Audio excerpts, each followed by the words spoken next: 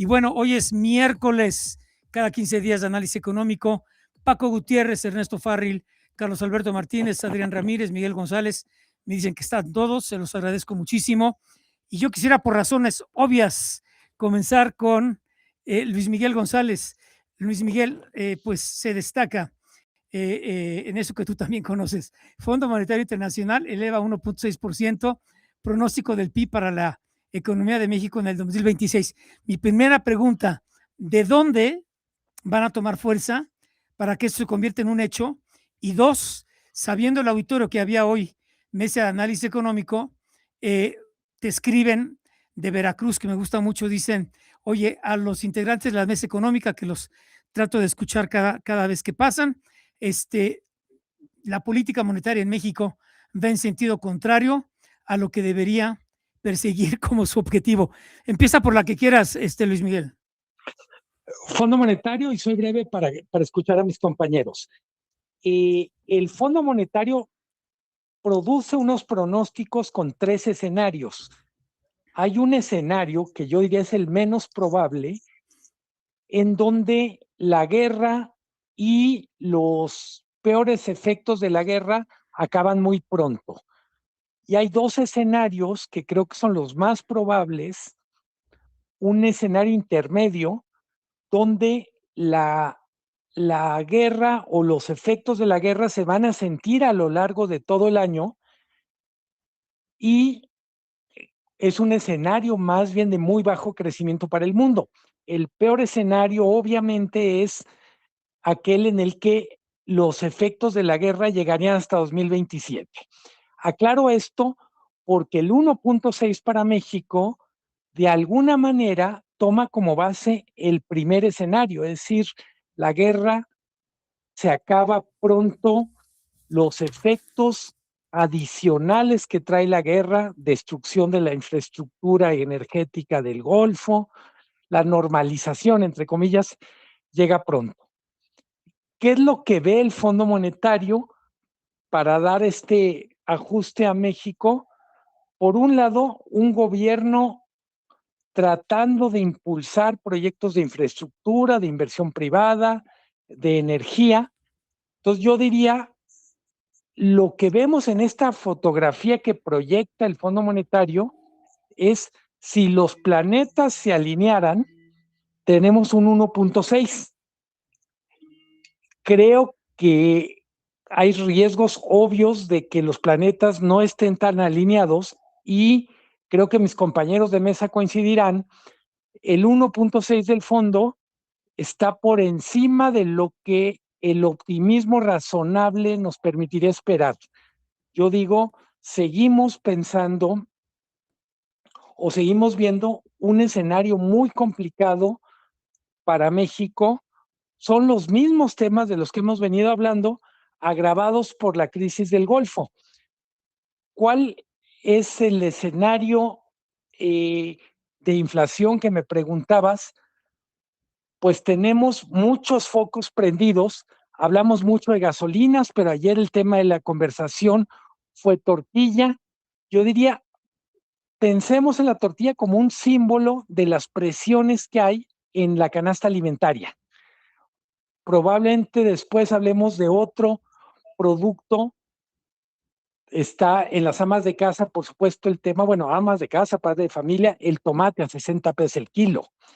Entonces, creo que vamos a tener muchísimos problemas de inflación, muchas presiones inflacionarias, y esperemos que el Banco de México entienda que cometió un error y corrija el rumbo en las próximas decisiones de política monetaria. Gracias, Luis Miguel González.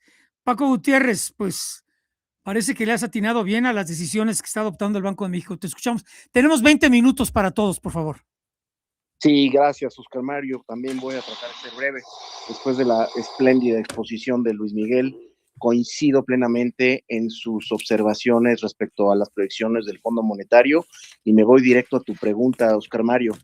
El Banco de México, de manera como pocas veces en mi experiencia como analista profesional de más de 30 años, como pocas veces el Banco de México flagrantemente se equivoca en una decisión de política monetaria, y déjame decirte, lo grave es que no es una equivocación. Deliberadamente bajaron la tasa de interés de una manera completamente injustificada por toda racionalidad económica y de política monetaria, debido a que ha perdido su autonomía y su independencia, y la decisión no está tomada en función de su objetivo inflacionario y de su mandato constitucional, como bien decía quien nos escribe de tu auditorio, sino en función de las necesidades del desequilibrio fiscal de Hacienda. Estamos regresando lamentablemente, Oscar Mario, a que la política monetaria se pone al servicio de los desequilibrios fiscales. Tenemos un hoyo en finanzas públicas, no solo en términos del desbalance mensual y anual, que se transforma en un déficit del orden de el 4 o 5% del PIB, el último año fue cerca del 6%, sino que también una enorme deuda que respecto a los ingresos tributarios, pues cada vez se pone más en riesgo. Y eso es lo que pues ha determinado a el secretario de Hacienda a pues ver de dónde obtiene recursos, porque empieza a ser ya visible que los programas sociales no son sostenibles. No solo este desbalance, Oscar Mario, sino el terrible y lacerante improductividad del gasto. Es decir, los ingresos tributarios y demás ingresos del sector público van a obras y a programas que no producen nada, de manera que ese dinero se pierde. Y por eso, pues me parece efectivamente que la proyección del fondo, cuando habla de política fiscal y monetaria más laxas, pues en el caso de la política fiscal, el hecho de que sea más laxa es absolutamente improductiva y contracíclica, porque a pesar de que se echa el gasto a volar, el sector privado percibe que la política fiscal es improductiva e inflacionaria. En suma, Oscar Mario, el Banco de México se equivoca en términos de racionalidad de política monetaria, pero no se equivoca en términos de que está obediente a los desequilibrios fiscales de Hacienda, y eso es lo más grave, que la percepción del mercado ya es, yo empecé diciéndole hace años, pero ya es prácticamente generalizada la percepción del mercado de que el Banco de México no está haciendo su trabajo y que la inflación y la estabilidad macroeconómica está en riesgo. Gracias, Paco Gutiérrez. Escriben de Coahuila. Pareciera que se repite la máxima de Luis Echeverría en esta ocasión. El rumbo de la economía lo marca Palacio Nacional. A ver, Carlos Alberto, tú que has estado ahí. Sí, gracias, querido Oscar Mario, el auditorio. Bueno, no lo marca Palacio Nacional, lo marca Palenque. No, oye, pero bueno, ¿en serio crees? ¿En serio crees? Sí, bueno, pues es que toda la política económica, si es que se puede llamar, que hizo el expresidente López Obrador, pues en buena medida es la que está hablando ahorita. ¿Por qué? Porque dejó a su sucesora, nuestra presidenta Sheinbaum, la dejó con un déficit fiscal muy alto, la dejó con una deuda creciente que ya pues realmente ya no se puede controlar. Para este año, cuando menos 1 billón de pesos adicionales de deuda se van a requerir. Entonces, pues de alguna manera, aunque un gobierno quiera hacer X o Y cosas distintas, es muy difícil cuando tienes una herencia de una deuda gigantesca por un lado, segundo lugar, un déficit público el mayor de los últimos 40 años, ya lo decía Paco, es cerca del 6%, y además le dejas programas sociales que no tienen ninguna racionalidad desde el punto de vista que no se previeron los recursos, no se previeron los fondos, no se hizo una planeación a futuro de cuánto esto iba a costar. Entonces repartiste becas a diestra y siniestra a jóvenes que no trabajan ni estudian, gente de la tercera edad, inclusive estuviste bajando la edad, etcétera, y no previste el costo que esto iba a ir teniendo a lo largo del tiempo. Entonces, realmente y lo que está haciendo es que se está marcando el rumbo económico por las decisiones que se tomaron en el gobierno anterior. Y también por parte del Banco de México, pues bueno, los miembros de la Junta de Gobierno, 4 de los 5, fueron funcionarios de la Secretaría de Finanzas del gobierno de López Obrador en la Ciudad de México. Entonces, de alguna manera, pues está ahí un poco explicada la lógica de mover una economía, de una economía abierta a una economía más cerrada, con más presencia del Estado, con excesivo gasto público, prácticamente muy poco control monetario de parte del fabricante del dinero, que es el Banco de México, y bueno, pues con un gasto creciente que, como ya han señalado mis colegas, está generando un gasto gigantesco de gobierno, ya presiona la inflación, pero además ese gasto no nos está sirviendo para crecer. Con mucho menos dinero, gobiernos anteriores lograron tasas de crecimiento del 2.5%. Este año el gobierno tiene 10.3 billones de pesos solo para gastar este año y difícilmente vamos a alcanzar la meta optimista del Fondo Monetario Internacional de la que hablamos al principio de esta mesa, y estaremos rondando alrededor del 1%. Con esa cantidad de dinero era para que el país creciera 2 o 3 veces lo que tenemos estimado. El gobierno está gastando mucho y mal. Oye, pero agrégale también lo que puede venir y que nadie sabe en el mapa de la geopolítica internacional, ¿eh? Correcto. Sí, además no está previsto precisamente ese escenario.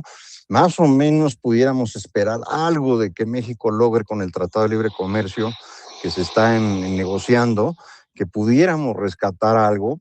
Si hay tratado, ojo, si llega a haber tratado de libre comercio con Canadá y Estados Unidos o solo con Estados Unidos, nos van a rasurar. Ese tratado no va a ser el que fue el Telecán hace 30 años, ni siquiera el que fue el TEMEC. Seguramente vamos a perder mucho en ese tratado. Y es algo que puede ayudarnos un poco, pero el resto del entorno internacional, como bien señalas, es realmente espeluznante. Todos los países del mundo están tomando medidas, están atentos desde China, la India, Europa. Todos los países están atentos en qué tanto impacto tengan de esto, y México pues está simplemente con la pura inercia, esperando que no nos pase nada. Esa es la realidad. Pues el futuro de este planeta está en la decisión que tomen 3 hombres, Trump, Putin y el presidente de China. En fin, gracias, Carlos. Tenemos 8 minutitos. Adrián Ramírez, 4, Ernesto Farril, 4. Adrián, voy contigo. Buenas noches, Oscar Mario, a ti, a mis compañeros. Pues me sale casa de bolsa, definitivamente estamos viendo una coyuntura muy delicada a nivel económico, geopolítico y comercial a nivel global que no se ha visto en los últimos años. Como bien dices, pues Fondo Monetario Internacional, así como el Banco Mundial, dieron a conocer sus estimaciones. Lo que me llama mucho la atención es que parecieran optimistas, pero más allá de eso, de manera local, aquí las encuestas en México, tanto la de Citi como la de Banco de México, en la que Massari participa, pues la media de crecimiento proyectado para este año pudiera estar por encima del 1.3%, que pareciera también muy optimista, ¿no? Entonces, digo, esa carga de sentimiento positivo, o sea, pareciera extraña, pero también la vemos a manera institucional de las instituciones financieras a nivel local, ¿no? Algo que me llamó mucho la atención de esto que publica el Fondo Monetario Internacional es que hace ciertas recomendaciones o más bien consideraciones, ¿no? Porque hace un llamado a evitar choques estructurales de los precios de los combustibles, justo en un momento donde México ha implementado estímulos fiscales para contener los precios de los combustibles. Esto me llama mucho la atención porque justamente donde tenemos que poner el mayor cuidado es en el déficit público tan cargado que tenemos aquí en México, ¿no? Entonces, yo creo que esto no hay que perder de vista, tiene sus asegúnes, definitivamente Fondo Monetario Internacional, de todos estos sus 3 escenarios que hace, del optimista al más negativo, pero pues yo creo que sí hay que cuidar esta parte que está pasando con los estímulos fiscales y los combustibles aquí en México. Bueno, pues como decimos en este espacio, todo depende de cómo le cae el chocomilk en la mañana al señor Donald Trump, ¿no? En fin. Totalmente de acuerdo. Ernesto Farril, 3 minutos y medio, por favor. Claro que sí. Bueno, pues estamos viendo en los mercados financieros un optimismo un poco extraño, ¿no? En el que el índice Standard & Poor's, por ejemplo, está rebasando los 7,000 puntos. Sin embargo, pues los datos económicos por un lado están marcando menor ritmo de crecimiento y por otro lado, es decir, como que hay una incongruencia entre lo que sucede en los mercados, o lo que están reflejando de expectativa de los mercados y lo que estamos viendo con los datos económicos. En el caso de México, pues tuvimos un primer mes del año con un IGAE negativo en sus 3 sectores y es probable que tengamos también muy bajo crecimiento o decrecimiento en el IGAE de febrero y de marzo. Por lo pronto salió producción industrial en negativo, aunque los datos de consumo privado preliminares traen crecimiento por parte de INEGI del 2.1% anual, tanto para febrero como para marzo, con lo cual podría compensarse la parte negativa industrial, pero tener un crecimiento pues, muy cercano a cero. Con el dato negativo del primer mes, pues vamos a tener un trimestre pues, muy bajo, probablemente primer trimestre, con algo cercano a cero, y vamos a ver revisiones a la baja en los pronósticos de crecimiento que, como se acaba de apuntar, están en el 1.3, 1.4 hoy en las encuestas que hace Citigroup a los analistas del sector privado.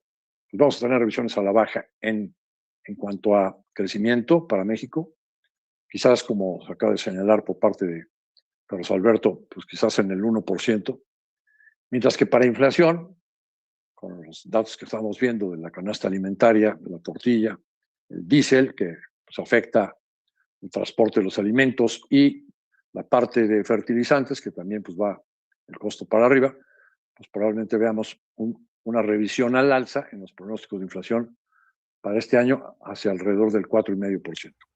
Oye, Mario, hermano. Oye, nos piden del auditorio y pues vamos a tratar de cumplir.